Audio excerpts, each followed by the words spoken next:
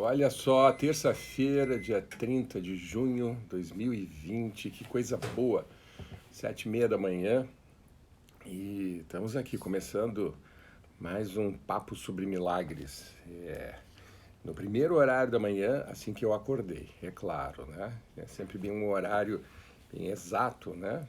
Tudo depende do meu sono, né? De como ele vai se traduzir essa noite com estes sonhos que podem ser aventuras maravilhosas no nosso processo de milagres também. Por quê? Porque durante o sono nós sonhamos e durante o sonho, nós já vimos isso em alguns princípios anteriores, né? O que ocorre é que o cérebro não diferencia o real do imaginário. Então, é possível controlar o meu sonho, isto é, determinar aquilo que eu vou sonhar? Sim. Basta você dar um comando para o cérebro dizendo de que esta noite você gostaria de tratar de determinado assunto, aprofundar um outro assunto, aprender com algum assunto, e o cérebro assim vai fazer. Ele cria um sonho que tem a ver com aquilo que você está determinando. Tanto que é muito comum pessoas sonharem com problemas, né, que estão passando ou que acreditam que vão passar. Começam a antecipar eventos, né? Então, é plenamente possível, viável, você utilizar o sonho também para provocar milagres. Lembrando que milagres nada mais é do que a mudança na nossa forma de pensar, a nossa atitude mental. Ela acaba influenciando a nossa fala, as nossas emoções e o nosso comportamento. Muito bem, hoje nós estamos no princípio número 26, né? Onde diz que milagres representam a libertação do medo. Expiar significa desfazer. Desfazer o medo e uma parte essencial do valor dos milagres na expiação. Olha que legal, ó, já comecei a fazer caquinha aqui. O que eu estou fazendo? Às vezes, não sei se está na hora de eu começar. Ah, obrigadão, que coisa boa. Ó, já me trouxeram o meu cafezinho da manhã, sempre depois do primeiro gole. Ai, maravilha, que coisa boa. O dia para mim parece que acontece, né? Vamos lá, deixa eu ver se eu consigo tirar isso aqui. Né? Ah, consegui tirar. Ele deu, foi uma travadinha. Mas muito bem, vamos começar aqui falando sobre milagres e a libertação do medo. Tá? Os milagres, eles nos libertam dos medos, todos, sem exceção, todos os medos. Por quê? Porque nada que é irreal, de fato, existe, né?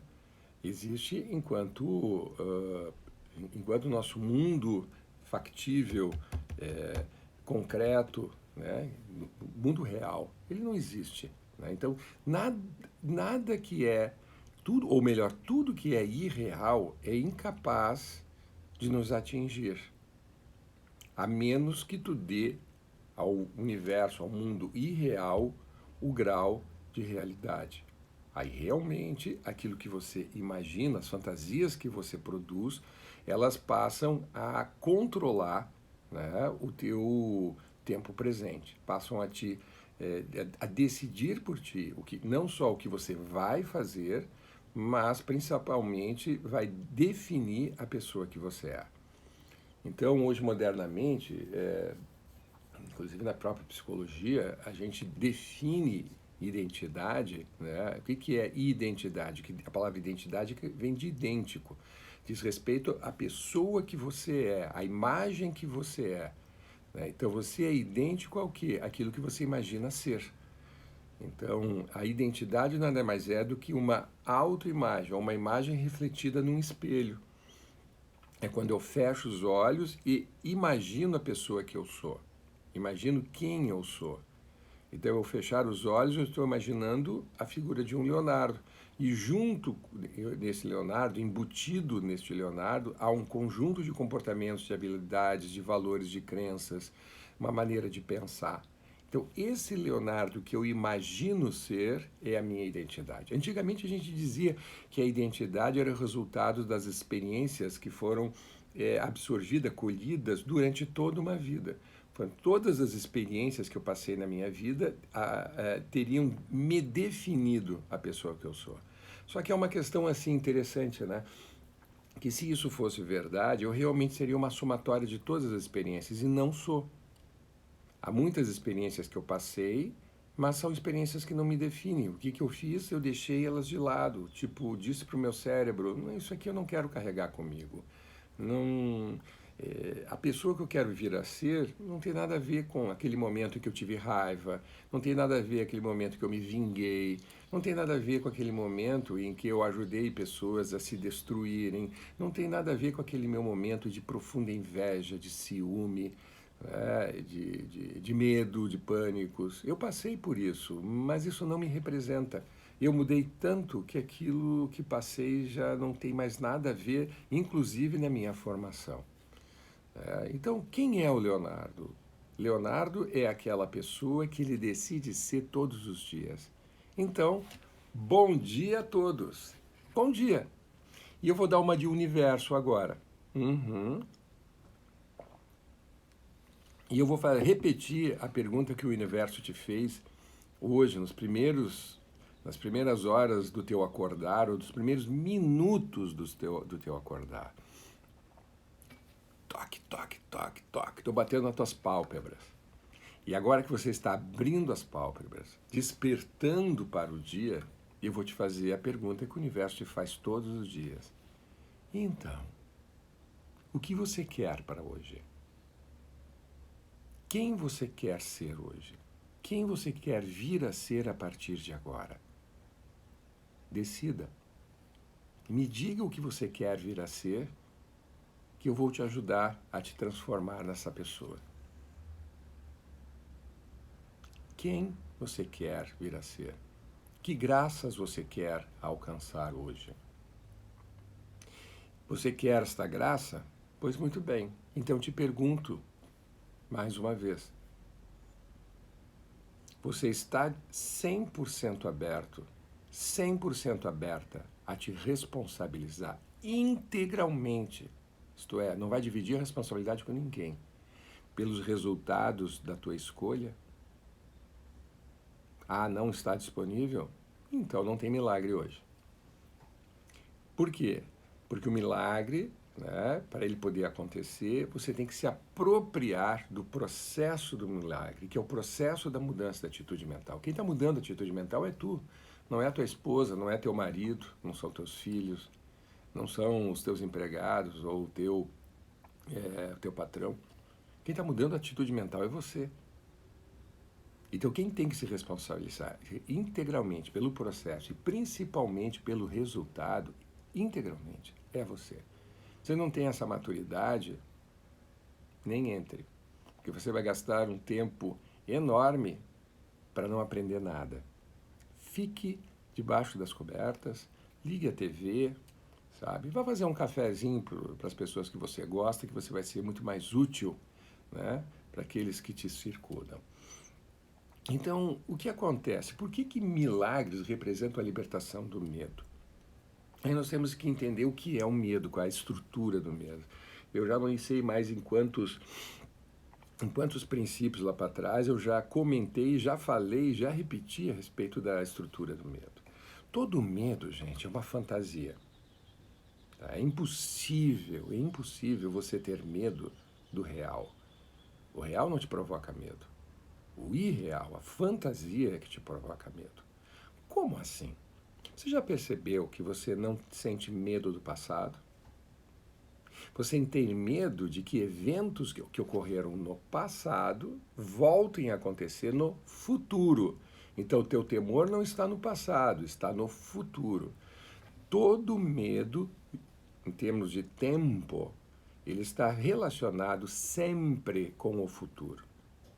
Quando você diz, eu tenho medo de, você sempre vai dizer, eu tenho medo que aconteça tal coisa. Você nunca vai dizer, eu tenho medo do que está acontecendo agora. Então vamos lá. eu tenho medo de morrer por um vírus de merda. Tenho medo de morrer. Ah, perfeito. Você vai morrer agora? Não. Mesmo que você contraia um vírus de merda, você não vai morrer agora. Você vai passar todo o processo e vai morrer daqui a um tempo, né? Então, medo, você está sempre se referindo a futuro. E futuro é uma fantasia. Futuro ainda não aconteceu. Então, um dos poderes que o milagre tem não é especificamente de definir o teu futuro, porque milagre não define futuro. Milagre define presente. Milagres não define a comida que tu vai vir a comer como se fosse uma aposta. Milagre coloca a comida na tua frente agora, para você comer agora. Milagres fazem com que teus relacionamentos se transformem em relacionamentos maravilhosos, exuberantes, extasiantes. Não é no futuro, é agora. Milagres provocam o perdão não no futuro, mas agora. Milagres estão conectados com o tempo presente. Eles ocorrem no aqui e agora, jamais no futuro, jamais no passado. Quando nós dizemos que os milagres eles curam e curam a tua parte emocional, né, a tua área emocional, em virtude de ter sofrido coisas no passado, o sofrimento que você está curando não é o sofrimento do passado, é o sofrimento que você está passando agora. Por quê? Porque remedinho, você bota aonde? Agora. Você tem uma ferida, você compra lá um medicamento qualquer, um óleo de girassol, um óleo qualquer para passar na ferida, porque óleo cicatriza mais rápido, né? Então você compra um óleo, pode ser até um óleo de cozinha, né? Você coloca em cima da ferida. Você está colocando em cima da ferida no futuro? Não, está botando agora. Ah, você se machucou, né, fez a ferida 2 horas atrás. Então eu vou fechar meus olhos, vou fazer uma regressão e vou passar o óleozinho há 2 horas atrás. Gente, isso é estupidez, isso não existe, tá? Pare, sabe? Vamos botar o pé na realidade. Vida se faz no tempo presente. Por que segunda-feira é o Dia Internacional do Mentiroso? Segunda-feira eu vou começar o meu regime. Segunda-feira eu vou mudar meu hábito alimentar. Segunda-feira eu vou procurar a pessoa que digo amar e vou pedir perdão. Segunda-feira eu vou parar de encrencar com aquela pessoa que eu amo e digo que tenho vergonha de expressar o que sinto. Tem vergonha de expressar o que sente para aquele, vai ter vergonha de expressar o que sente para mim. Então toda vez que eu escutar tu dizendo eu te amo, soa falso. Ah, Leonardo, mas eu amo. Soa falso. Você não consegue dizer para as pessoas, de modo geral, eu te amo porque tem vergonha? Vai ter vergonha de dizer para mim também. Ah, não, para ti eu consigo, Leonardo. Não consegue. Porque não passa íntegro, não passa inteiro. Você é o que é e você se carrega para onde vai. Então, se você diz para aquela pessoa, não diz para aquela pessoa que ama ela, mas diz para mim, você é mentiroso, você é mentirosa. Você esconde, se esconde. Aqui, perfeito. Agora entrou. Exatamente, está aqui. Abriu aqui o arquivo que eu precisava. Então, quando que o medo ele acontece? Se o medo ele está conectado com o futuro, medo é uma fantasia. Medo é uma expectativa. É uma fantasia de futuro. Então ele não pode ser real. Só que o cérebro, lembram? Ele não faz diferença entre o real e o imaginário. Ele não diferencia uma coisa da outra. Para o cérebro, né, o real e o imaginário são iguais. Ele trata como se fosse igual. No momento que você fixa uma ideia na sua mente, né, fixa uma atitude mental, né, teu cérebro passa a acreditar a partir de 40 segundos de que aquilo é real. Se você olhar agora para a rua, aí fechar os olhos e imaginar o céu na cor verde e fixar a imagem que você está vendo da sua janela, vendo o sol verde, A partir de 40 segundos, você, quando abrir os olhos, o teu cérebro vai perceber o céu verde. Ah, duvida? Experimente. É só fazer. Por que isso, gente? Porque é um efeito neurológico. Os nossos olhos, eles não têm neurônios suficientes. Ó, chegando um recadinho para mim. Ah, beleza, beleza. Kelly Tolotti, e a vergonha de amar, de expressar esse sentimento, o que passa, o que pensa a respeito? Já respondo a tua pergunta, tá? Maravilhosa tua pergunta, Kelly. Gente, vão perguntando aí que o pessoal da equipe está anotando, porque eu não consigo ler aqui, né, e falar ao mesmo tempo. Ainda é uma limitação minha. No futuro eu vou conseguir falar e ler ao mesmo tempo e estar incluindo as perguntas de vocês no meu discurso. Tá? Mas daí o pessoal vai escrevendo o que vocês escrevem aí e passam para mim, tá bom? Então, olha lá. Onde é que eu estava mesmo? Agora já me distraí aqui. É, Bom, vamos lá. Eu vou seguir de novo por um caminho qualquer, falando sobre medo, e daqui a pouco eu me lembro e a gente engloba tudo outra vez. Então, todos os caminhos levam a Roma. E quando está falando de medo, todos os caminhos levam ao medo e a expiação do medo também. Vamos lá. Então, o medo, como eu estava falando, né, o medo é uma fantasia. E o cérebro, ele acredita nas tuas fantasias. Como assim ele acredita? Ele toma as tuas fantasias como realidade e você passa a reagir à fantasia. Volto a dizer, tudo que é real é incapaz de te afetar, a menos que você dê grau de realidade ao irreal. É como dizer assim, né? É como vou criar um exemplo estúpido, tá, gente? Estúpido. É como eu imaginar a mão de uma pessoa vindo na minha direção e batendo no meu rosto. Essa pessoa está aqui? Não, não está aqui. Isso é fruto da minha imaginação. Mas se eu fechar os olhos e criar essa imagem fixa, né, uma imagem fixa dentro de mim, por mais de 40 segundos, fixa significa eu não vou imaginar qualquer fragmento de qualquer outra coisa que não esta primeira imagem. Meu cérebro toma tão real, como algo tão real, que eu passo a sentir o perfume da pessoa. Se ela me tocar, eu sinto o calor da mão da pessoa. Se ela falar comigo, eu escuto o timbre da voz, como ela se estivesse aqui ao meu lado.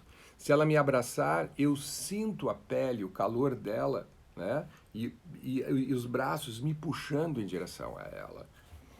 Porque o cérebro não distingue o real do imaginário. E no momento que eu começo a reproduzir essas ideias fixas, para o cérebro é como se estivesse acontecendo. Ele emula, ele distorce de tal forma que passa a provocar em ti sensações como se estivessem ocorrendo. Dentro da psicologia e da psiquiatria, nós chamamos isso de alucinações. Tá? E todos nós criamos alucinações. Isso não é uma coisa que é restrita ao mundo dos esquizofrênicos ou psicóticos. Não. Né? Quantos de nós fecham os olhos e passam a ter certeza a respeito da vida ou a respeito de como você está reagindo à vida, como se a vida que você está imaginando ela fosse verdadeira e não é. E ela não é. Você está criando uma realidade a partir do irreal, de coisas que não existem. E o teu cérebro ele vai acreditar.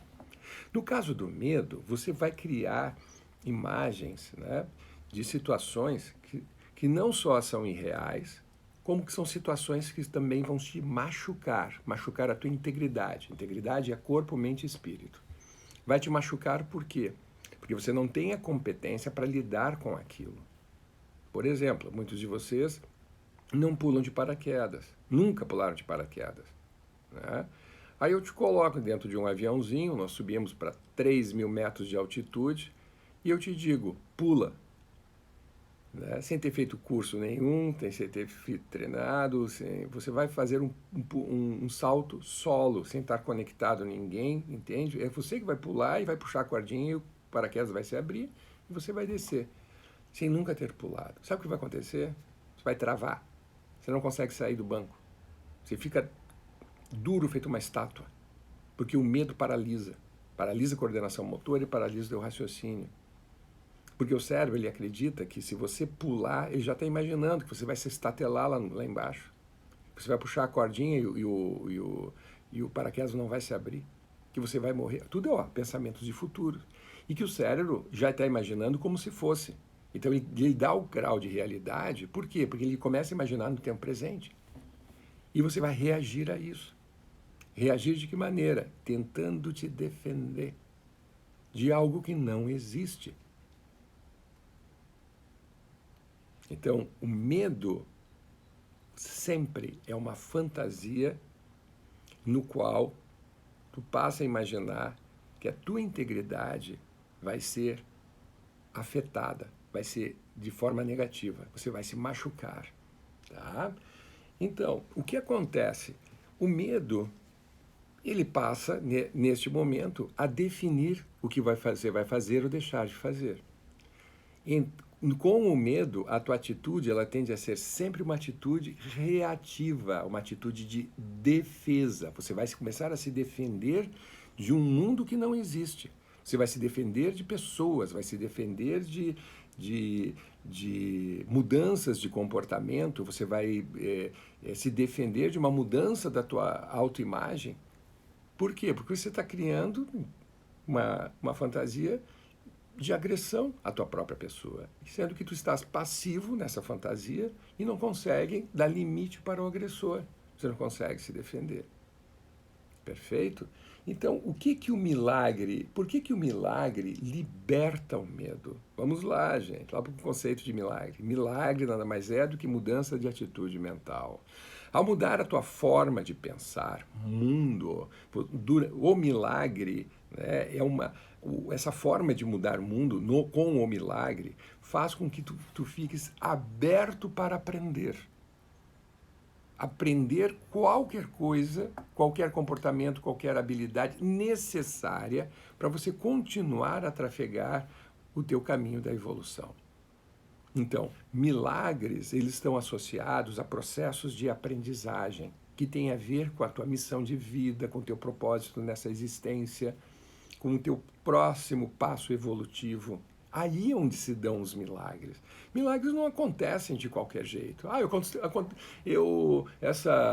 Ontem à tarde aconteceu um milagre na minha vida. Ah, que beleza. E o que ele representou para ti? Nada. Não foi milagre.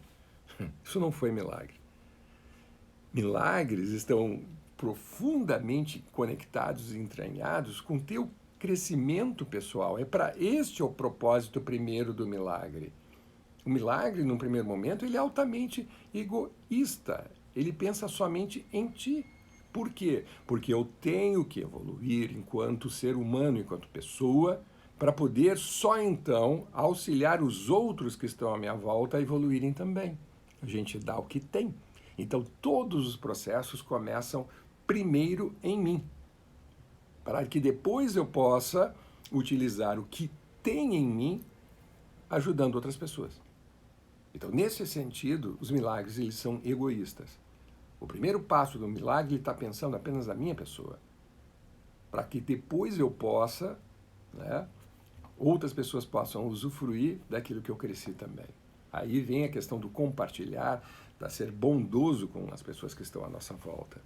Essa bondade, essa generosidade. Eu só consigo ser generoso se eu tenho algo para dar.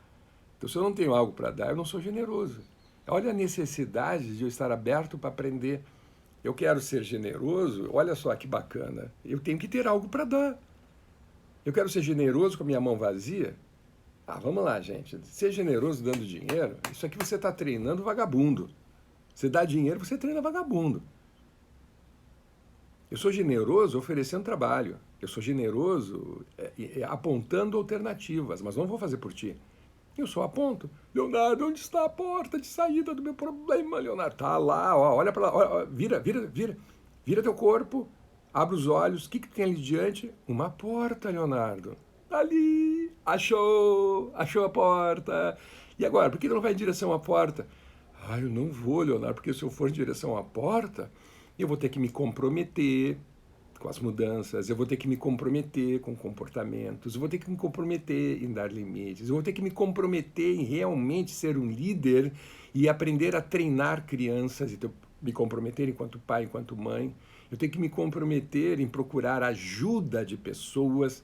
E eu não consigo ser humilde e reconhecer, né, que eu também tenho falhas, que eu também tenho as minhas imaturidades. Não, eu sou um ser perfeito. Não posso expressar quem eu sou, as minhas dificuldades, o meu lado imaturo. Não posso, porque as pessoas têm que acreditar que eu sou um ser perfeito. Meu amigo, acabou a tua história com milagres e você não vai conseguir mais evoluir. Aí você vai ficar e vai começar a patinar e as doenças começam a acontecer.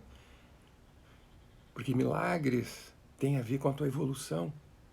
Você provoca milagres para continuar a evoluir, a se construir enquanto ser humano, a evoluir enquanto a tua área, né, das tuas crenças, a tua área dos teus credos, essa área que é chamado, né, da tua espiritualidade. Você quer continuar a evoluir na área teológica, na tua própria religião, você tem que aprender, tem que abrir os livros e começar a ler, entender o que é, com profundidade, sabe, as bases, os alicerces dos teus credos religiosos. Porque senão, quem é você?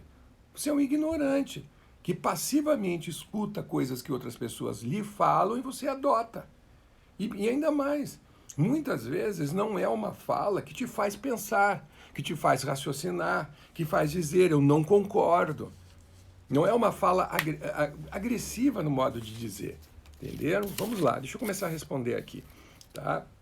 Então, olha só, antes de responder a Tolote, a Kelly Tolote, milagres representam a libertação do medo. Por quê? Porque eu estou me tornando mais hábil. Eu estou trazendo conhecimento para o meu cérebro. Onde que o medo ele cresce, ele prolifera? Qual é o terreno fértil para o medo? A ignorância, a falta de conhecimento. Uma comunidade, um grupo de pessoas, quanto menos acesso ao conhecimento ela tiver, quanto menos conhecimento ela tiver, mais crendices estúpidas ela vai criar, né, para tentar entender os eventos do que está acontecendo. Coisas estúpidas. Que você pensar, mas o que essa pessoa está dizendo? Que coisa asquerosa, o que essa pessoa está dizendo? Da onde que ela tirou isso? E ela toma como verdade e sai repetindo, feito papagaio, ecoando aquela ideia o tempo todo. Para aos 7 ventos, para que todos que estejam à volta escutar aquela verdade fantasiosa que de realidade não tem nada. Já aconteceu isso com vocês? Vocês estariam escutando pessoas e vocês estarem se perguntando, mas da onde esse sujeito tirou essa ideia? E mais, a pessoa está em pânico, com medo. Por quê? Porque absorveu uma frase e não tem a origem da frase, não sabe como essa frase, as pessoas chegaram, o que foi preciso, né, que insumos de conhecimento foram necessários inserir um a um para chegar à conclusão desta frase. E as pessoas entram em estado de medo profundo e entram em pânico. Então, como que a gente desmancha o medo? Conhecimento. Com conhecimento, tu consegue desmanchar o medo. É como eu faço em consultório. Medo já foi um bicho de 7 cabeças no campo da psicologia, pelo amor de Deus, hoje não é mais. Hoje é 3 ou 4 técnicazinhas com que a gente trabalha, né? E a pessoa ela passa a fazer aprendizados para lidar com os problemas. À medida que ela tem mais conhecimento e ela consegue lidar com os problemas do dia a dia, ela passa a entender o que está acontecendo à volta dela, os eventos, começo, meio e fim, ela tem um entendimento completo, que sabe o que acontece com o medo? Ele se desfaz. Se desfaz na mesma hora. Medos todos são bolhas de sabão. Tu assoprou, ele explode e deixa de existir. Só que o medo, se a bolha de sabão está aqui, você tem que assoprar para cá. E não assoprar para o outro lado. Aí você não explode. É o assopro sem vergonha. Então, a libertação do medo se dá a partir do injetar conhecimento nas pessoas. O que é e como se faz? Responder essas duas perguntas. Perfeito? E isso, por si só, já é um milagre, porque você está aprendendo. A Kelly pergunta assim: e a vergonha de amar, de expressar esse sentimento? O que eu penso a respeito? Primeiro assim, ó, a vergonha de amar. Amor, né? Quando tu estás conectada, Kelly, com o amor, vergonha é uma coisa que deixa de existir. Não existe vergonha. Quando você realmente está no estado de amor, né, o estado de amor ele te deixa tão fortalecida, porque amor é conhecimento. Dentro do estado de amor, o amor ele vai salvaguardar em primeiro lugar é a tua pessoa, salvaguardar a tua integridade mental, né, corporal, espiritual, vai salvaguardar as tuas emoções, as tuas crenças, de qualquer agressor. Quando eu estou realmente num estado de amor, eu declaro o meu amor pelo mundo, declaro o meu amor por mim mesmo. Agora, muitas pessoas têm vergonha de se expor. Isso é uma outra coisa. Vamos deixar o amor aqui do lado.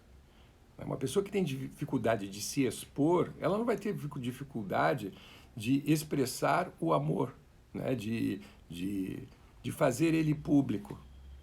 Ela vai ter vergonha de expressar N outras coisas também. Não é só o amor. Então o problema está no expressar, não no amor. Porque o expressar é o veículo, onde eu vou expressar alguma coisa que eu coloque aqui. Entende? Então o que precisa ser trabalhado, Kelly, é a forma de expressar. Tá? Então, por exemplo, há muitas pessoas que dizem assim, né? Ah, eu sou muito verdadeira, sou muito sincera. Como assim? Eu falo o que eu penso. Não. Você é mal educado. Você é mal educada. Por quê? Porque se você fala o que pensa, você não está propriamente se preocupando como o outro vai receber o que você está dizendo. Palavras são facas, como diz Oswaldo Montenegro, né? São como facas no ar. E elas vêm na tua direção e podem te machucar. Principalmente quando você não tem maturidade para dar limite a essas palavras que vêm como facadas. Aí você se permite machucar. E se eu estou lançando as facas para pessoas que não sabem se defender, eu estou me prevalecendo, na verdade. Está errado isso. Então, olha só. De quantas maneiras eu posso expressar o que sinto? Há um leque, talvez de centenas de formas diferentes de poder expressar o que eu sinto. Desde a forma mais delicada até a forma mais agressiva. Então aqui eu tenho dois parâmetros, onde eu vou botar o fiel da balança, né? o que eu vou escolher, depende muito da situação que eu estou agora nesse momento vivendo e principalmente a pessoa com quem eu estou contracenando. Por exemplo, Kelly, vamos dizer que o outro ele ainda não tenha maturidade para admitir, aceitar que eu o amo. Aí eu digo para ele, eu te amo. Digo para ela, eu te amo. Vai provocar efeito? Não, não vai provocar efeito. Então eu joguei as palavras ao ar. Elas se tornaram líquidas ou esfumacentas. Não atingiram o seu objetivo. Porque quando eu falo, Kelly, eu falo para ti, eu te amo, aquilo que eu estou expressando tem que te incomodar. E nem sempre falar de uma maneira mais agressiva é o que incomoda. Perfeito? Então, a vergonha, de fato, não está em expressar o amor. A vergonha está em perceber como a outra pessoa vai reagir àquilo que eu vou expressar.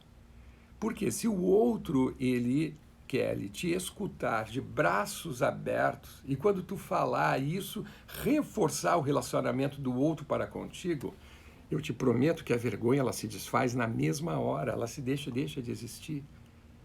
Vergonha tem a ver com a reação que o outro vai ter a ti. Então, o que nós não estamos sabendo lidar é com a reação do outro. Então, eu expresso, é uma ação e tem uma reação do lado, né? Ação, reação, ação, reação. como que o outro vai reagir? Então, quanto mais conhecimento eu tiver, menos vergonha eu vou sentir. Entendeu? Tá certo, Kelly? Então, aprender a se expressar, a colocar para fora. Né? Tive, já tive alguns relacionamentos de. Não estou nem falando afetiva, social, porque eu e os meus amigos, homens, nós dizemos: eu te amo, cara, que saudade que eu estava de ti, que alegria, tu não sabe a alegria que eu estou sentindo em te receber agora, eu estou em êxtase. Nós expressamos o que nós sentimos um pelo outro. Por quê? Porque eu dizer para um outro homem, para um amigo meu, eu te amo, isso não me faz menos homem, menos a pessoa do que eu sou. Agora, o meu sistema de crenças pode acreditar que no momento que eu disser eu te amo para um homem, isso pode provocar uma reação contrária negativa. E essa reação contrária negativa eu não vou saber lidar. O que pode ser qual? Uma gozação. Pode ser qual? Uma palavra mais agressiva. Pode ser qual? Um limite mais agressivo. Pode ser qual? Pode ser uma chacota. E eu não vou saber lidar com esta reação. Então eu tenho medo da reação. Então a vergonha é um mecanismo de defesa, Kelly. Tá? Então quando o cérebro ele lança a mão da vergonha, a vergonha é igual ao medo. Ela te impede de seguir adiante. Por quê? Porque teu cérebro está acreditando que você vai se machucar caso você expresse o que você pensa e o que você sente. No caso da vergonha, eu vou pedir para você prestar bem atenção e pondere. Será que a forma como eu vou comunicar é a forma mais apropriada? Estava participando disso, já tem 30 anos atrás, eu ainda era acadêmico, tem mais então de 30 anos. Estava participando de um workshop e de uma técnica chamada Gestalt terapia, dentro da linha do Fritz Perls, né? E é uma linha muito agressiva, né? Dentro da Gestalt terapia. E nós tínhamos que expressar o que a gente estava sentindo, né, para as pessoas, e tinha uma colega que estava trabalhando a questão de expressar seus afetos positivos, entre eles o amor. Né? Nunca havia dito para o marido dela, eu te amo. Ela só respondia no máximo, eu também. E virou chacota no meio da família, dos filhos, né? Os filhos perguntando, eu também o que, mãe? Ah, vocês estão entendendo o que eu estou dizendo. Pô, mãe, é proibido dizer eu te amo? Não, não é proibido, mas eu não gosto de estar dizendo coisas que eu não sinto. E ela começou a levar sustos, né? Porque ela começou a se dedurar. Né? Na verdade, ela sentia, mas ela bloqueava a emoção. Por quê? Porque ela aprendeu em algum momento da vida que expressar a emoção, expressar o que se sente, era um sinal de fraqueza. Você não pode elogiar a outra pessoa, porque a outra pessoa ela pode acabar de nariz empinado e se achando demais. E aí ela vai perder o comprometimento que tem com a sua construção, porque você elogiou e ela vai ficar preguiçosa e não vai mais seguir adiante. Então nunca elogie um filho, nunca elogie um funcionário, nunca elogie qualquer pessoa que esteja à tua volta. Não expresse o que você sente. Expressar para as pessoas que você está com medo, que você está com raiva, que você, né, guarde para si, porque você expressar, você está demonstrando que é uma pessoa que não tem controle emocional e que, portanto, é uma pessoa fraca, uma fraqueza, né? Pois é, e ela não expressava. E aí ela foi contracenar com um outro colega e ela resolveu botar para fora, né, que ela amava o cara, né? Não era amava o cara, mas que ela amava as pessoas, né? E ela ficou com uma cara enfurecida e berrou: eu te amo, porra! É uma forma de expressar eu te amo. Agora eu fico imaginando uma mãe dessa expressando dessa maneira para uma criança de 3 anos de idade o seu afeto, o seu amor. Imagine uma mãe expressando para uma criança de 3 anos de idade falando eu te amo, porra! Aos berros. A mulher berrou, sabe? Rugiu mais um pouco e quebrava as vidraças. Existem inúmeras maneiras da gente expressar o afeto, inclusive silenciosamente, através de um toque, através de um olhar, através de servir uma mesa, alimentar, fazer a comida, arrumar uma cama, arrumar a casa, se importar com o bem-estar da outra pessoa, são tudo expressões de amor. Né? Então, não é apenas, Kelly, a expressar verbalmente, né? É através de atitude também. Eu vejo, por exemplo, eu tenho aqui no bairro onde moro, né, eu conheço pessoas, vários casais que resolveram assumir relacionamentos de todas as formas, né, de gêneros, de estilos, né, e é um bairro muito interessante porque existe uma tolerância maravilhosa aqui entre as pessoas, né, ao diverso, né, ao diferente. É um respeito por isso. Aqueles que se incomodam muito não ficam muito tempo morando no bairro onde eu moro.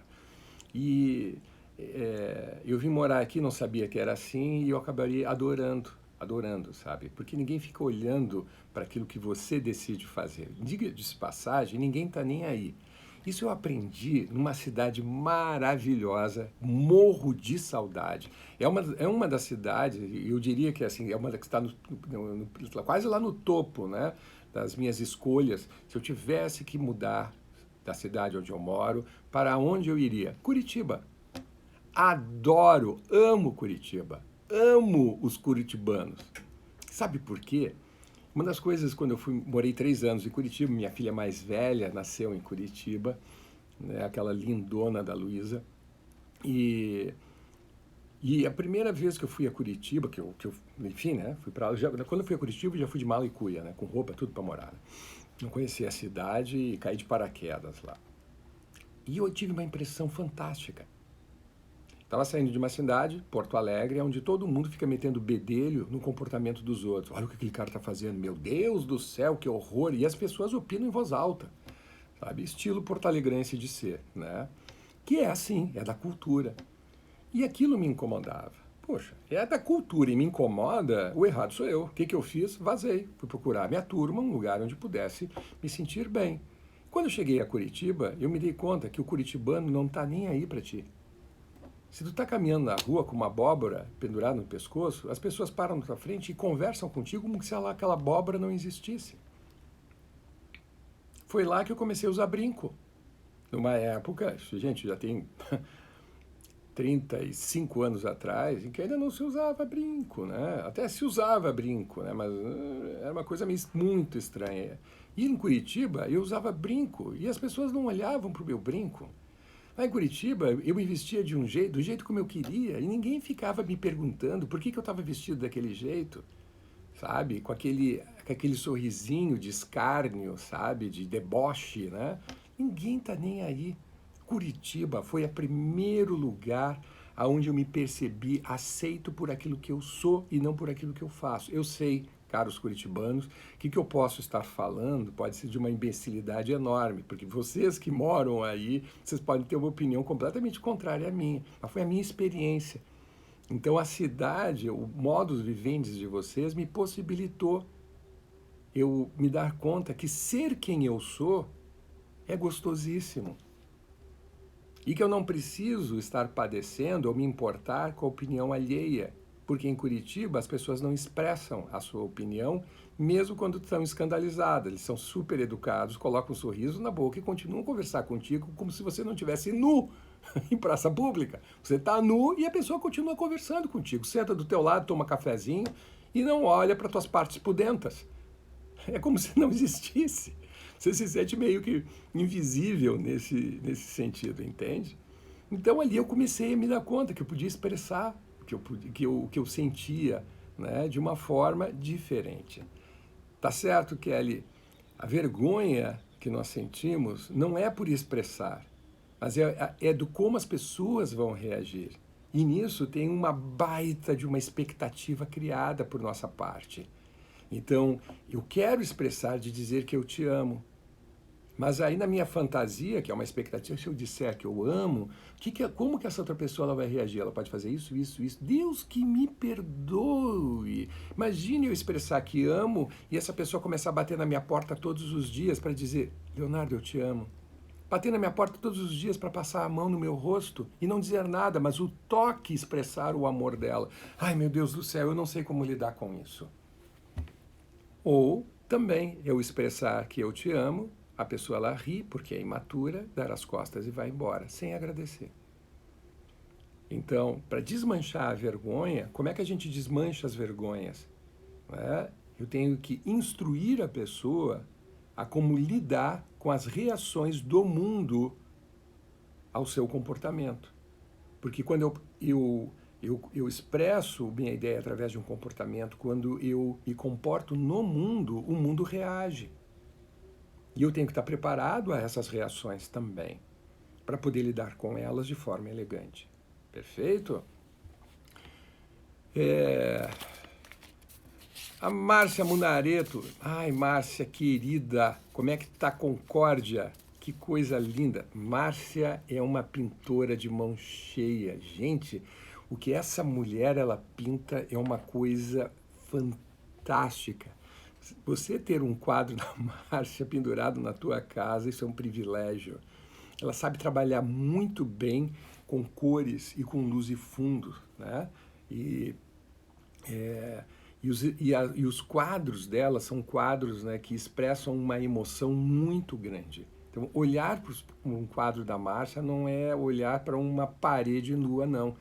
Sabe? Você olha e você mergulha, né, em uma fantasia, né, como que se o quadro fosse uma janela ou uma porta que te puxa para dentro e você começa a ter experiências a partir daquele quadro. Eu sempre brinco com ela, né? Teus quadros são hipnóticos, me colocam em trânsito. Vamos lá, Márcia, respondendo aqui. O que fazer quando você imagina uma coisa, mas não consegue passar para a realidade? Isso é muito frustrante. Uhum. Nós estamos fazendo isso constantemente. Nosso cérebro ele imagina coisas. A gente chama esse imaginar coisas de conceber. Nós concebemos realidades. A gente pinta um quadro, Márcia, tá? Eu crio uma imagem, um desenho na minha frente, um filme na minha frente, mas de algo que ainda não aconteceu, que vai acontecer no futuro. E pinto um quadro dentro com características, né, ideais, né, de, por exemplo, né, na área afetiva. Todos os dias, Márcia, eu fecho os meus olhos e imagino uma situação de relacionamento afetivo, amoroso, sexual, ainda melhor do que eu estou vivendo. Isto é, não é o que eu estou vivendo aqui, está acima. Quando eu imagino isso e comparo com o que eu estou vivendo, a sensação que nós sentimos, naturalmente, né? Vamos sentir o que é frustração. Por quê? Porque a imagem que a gente idealiza não bate com a realidade que nós estamos vivendo. Então nós ficamos frustrados com a realidade por não ser aquilo que a gente quer. Muito bem, o que fazer? Márcia, tu já fez curso de PNL comigo, tu já fez o projeto Eros e tantos outros trabalhos. Contigo eu posso ser um pouquinho mais duro com as palavras. Márcia, tu tem que sair da preguiça, mulher. Como assim preguiça? Tu criou, concebeu uma realidade.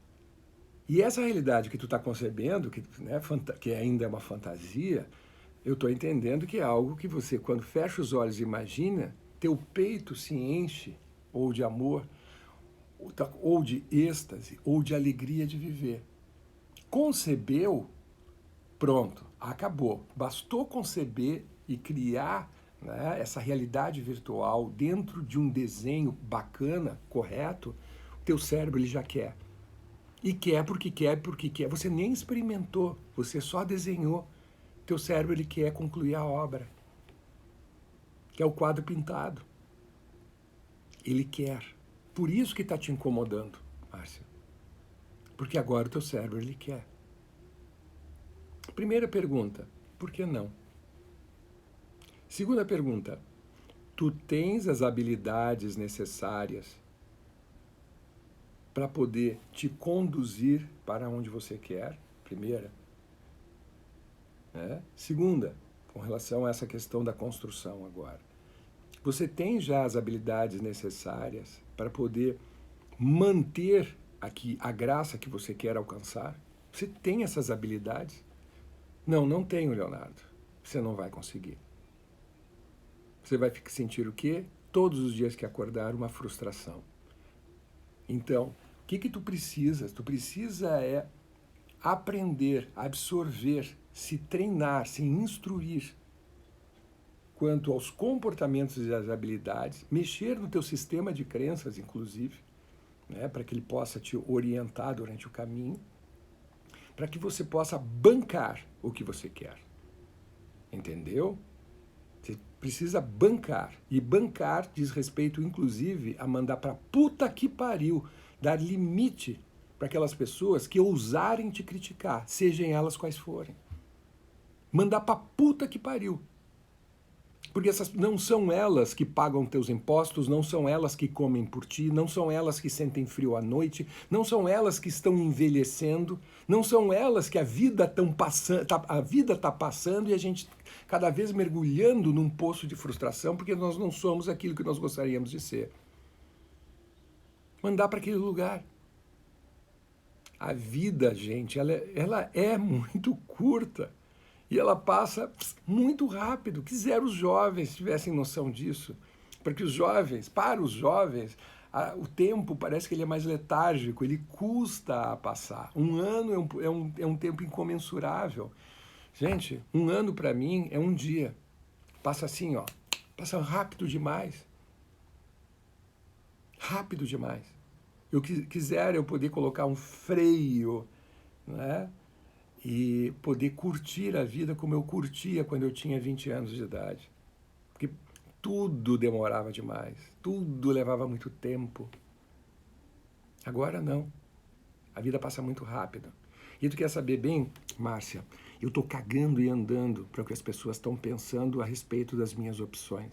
Se elas estão escandalizadas com a minha forma de viver, elas têm dois problemas. O primeiro é de ficar escandalizado e o segundo é de tirar o escândalo de dentro de si. Porque eu vou continuar a fazer o que eu quero fazer. Não és tu que vai determinar o como que eu vou viver. Isso é humilhação. E o que é pior, se eu permito que o outro defina o como eu vou viver, eu vou ser um frustrado. E eu vou responsabilizar, como num trenzinho, eu vou responsabilizar... Gente, a minha luz foi pro saco aqui, tá?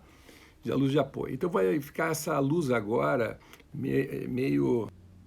Ó, e outra coisa, avisaram que a conexão tá meio baixa aqui, tá? Então vai ficar uma coisa meio filme antigo, porque eu não vou agora resolver esse probleminha aqui. Eu tô no meio do meu raciocínio. Então, basicamente é isso. Eu não quero me importar neste sentido com a opinião dos outros. Eu estou agredindo os outros? Não, não estou. Eu me meti num bairro onde as pessoas me aceitam do jeito como eu quero ser. Eu posso viver como eu quero ser. Que não tem pessoas enfiando o nariz para dentro, né, o dedo para dentro do meu nariz, me importunando. Leonardo, por que você escolheu esse estilo de vida? Leonardo, por que você se relaciona dessa maneira? Leonardo, por que você trabalha como trabalha? Eu quero experimentar da alegria de viver, e a alegria de viver dá trabalho. Inclusive, Márcia, que faz parte de um processo de amor, de respeitar a limitação do outro. Eu não quero machucar ninguém. Portanto, se eu precisar me afastar de ti para não te machucar, eu vou me afastar. Incomodar o outro é uma coisa, machucar, entende? Eu morava num bairro que o meu estilo de vida muito provavelmente iria machucar as pessoas, vizinhos, etc. Eu não tenho bairro de estimação, como eu não tenho rua ou casa de estimação. O mais importante para mim não são os objetos nem os lugares, é a minha pessoa. E isso para mim representa um grande milagre. Por quê? Porque estou focado em minha alma, no que minha alma necessita para poder viver de forma amorosa. Lembram? A alma é um dos muitos nomes que nós damos para o amor. O meu amor, ele é dependente deste corpo, é dependente do cérebro, é dependente da minha língua, das minhas cordas vocais, é dependente do meu toque, das minhas mãos, para ele se fazer presente, Márcia. E eu estou numa idade que eu já não tenho mais tempo. Eu não tenho mais tempo para querer ter razão. Não tenho mais tempo para querer convencer as pessoas de que eu estou certo. E eu, mesmo que tivesse esse tempo hoje, eu aprendi que querer convencer os outros, tu come o teu tempo e não exerce o que a tua alma quer. Tá certo, querida? Então, olha só, o que fazer quando você imagina uma coisa Aqui em vez de vírgula, eu vou colocar um ponto de interrogação. Vai em busca de aprender a como colocar em prática de forma harmoniosa para ti e para as pessoas à tua volta aquilo que tu quer. Tem um rapaz aqui, né, próximo, de um bairro próximo aqui, que o pai e a mãe me encaminharam escandalizados. Por quê? Porque pegaram um rapaz na rua aos beijos com outro rapaz. E depois de dar a devida mijada nele, né, chamando ele a atenção aos seus padrões de que isso não é correto, que não é isso, não é aquilo outro, veio fazer terapia, né? E desgraçadamente para esses pais eles encaminharam para mim, né? Depois de alguns meses trabalhando com ele resolveu ser amoroso consigo mesmo. Ele resolveu ser amoroso consigo mesmo. Você quer aprender a amar pessoas, primeiro tem que aprender a se amar. E amar te leva para a congruência, te leva para a verdade. O amor te obriga a te comportar de forma congruente, te levando para o objetivo, para aquilo que você diz querer. Você constrói, você se fortalece a partir do conhecimento necessário para continuar na tua jornada. Conhecimento. Lembrem, Jesus, Buda, Confúcio, tantos outros, né? O que eles, falando de espiritualidade, o que eles traziam para a gente? Ensinamentos, para a gente aprender comportamentos e habilidades para expressar o amor, para expressar os seus desejos, as suas vontades, de uma forma apropriada. Esse rapaz agora está casado com esse mesmo outro menino e quer saber de uma coisa? Os dois são extremamente felizes. Felizes. Os dois estão casados. Um relacionamento lindo. Quando eles estão na rua, eles andam de mãos dadas, porque o bairro onde eu moro permite isso. Eles estão no bairro de outras pessoas que se juntaram naquele lugar para viver um outro estilo de vida. Quando eles vão para lá, eles se adequam aos modos daquele lugar. Todo mundo sabe que os dois são um casal, mas eles não ficam de beijo, não ficam de esfrega-esfrega, não ficam, né? Porque isso vai agredir aquele grupo, entende? Eu tenho o direito de transitar para onde eu quero, mas eu também preciso me tocar, que eu não tenho a necessidade de ter que agredir as pessoas. E a mesma coisa heterossexuais, né? Às vezes eu caminho em lugares e vejo dois adultos, né, se beijando como se fossem dois adolescentes, no meio da rua, 11 horas da manhã, 2 horas da tarde, e aquelas mãos que sobem e descem, aqueles beijos com aquelas línguas para dentro que saem, sabe? Não importa se é homossexual, heterossexual, bissexual, é uma coisa assim, muitas vezes não é o lugar, sabe? Não é o momento. Ah, Leonardo, mas não é o lugar e não é o momento, porque aquela comunidade onde eu estou inserido ainda não evoluiu, ou não aprendeu, ou mesmo não quer, né, conviver com esse tipo de coisa, por isso que foram se esconder lá. E eu preciso fazer o quê? Respeitar. Expiar, então, significa desfazer. Exatamente. Desfazer o quê? Desfazer os medos, né? Desfazer o medo é uma parte essencial do valor dos milagres na expiação. O que é a expiação? É a remissão dos pecados, é o perdão. Eu me senti plenamente perdoado. Gente, eu tenho menos de 2 minutos e a última pergunta da Vera Scherer. Eu entendo agora que eu posso me lixar para o que o outro fala ou pensa e mesmo assim continuar amando o outro e me amando mais ainda. Sim, com certeza, Verinha, com certeza. Eu posso, por exemplo, dizer para ti, Vera, né, quando tu estás presente junto comigo, o amor que eu sinto é uma coisa fantástica, sabe? E tu pode não saber lidar com isso, ok? Então, neste sentido, sim, tá? Então, isso provoca uma ação. Agora, eu posso até mesmo, com relação ao amor, querer expressar algo e isso te machucar. Aí eu não vou falar. Eu não vou falar. Com as palavras, não, mas eu vou falar com o meu olhar. Eu vou expressar de outras maneiras que não vão te agredir. Gente, hoje, terça-feira, começo o trabalho de translado. Estou passando as nossas gravações, todas que estão no IGTV, para o YouTube. Por favor, entrem lá no meu YouTube, se cadastrem, como é que é, inscreva-se no canal e ative no sininho para receber todas as notificações, também das novos vídeos que eu vou lançar e que eu vou estar passando para o YouTube. Então vocês não vão mais encontrar a partir de hoje os vídeos aqui, tem que entrar no Leonardo Bueno Oficial. Um beijo enorme para vocês e a gente se vê amanhã na primeira hora.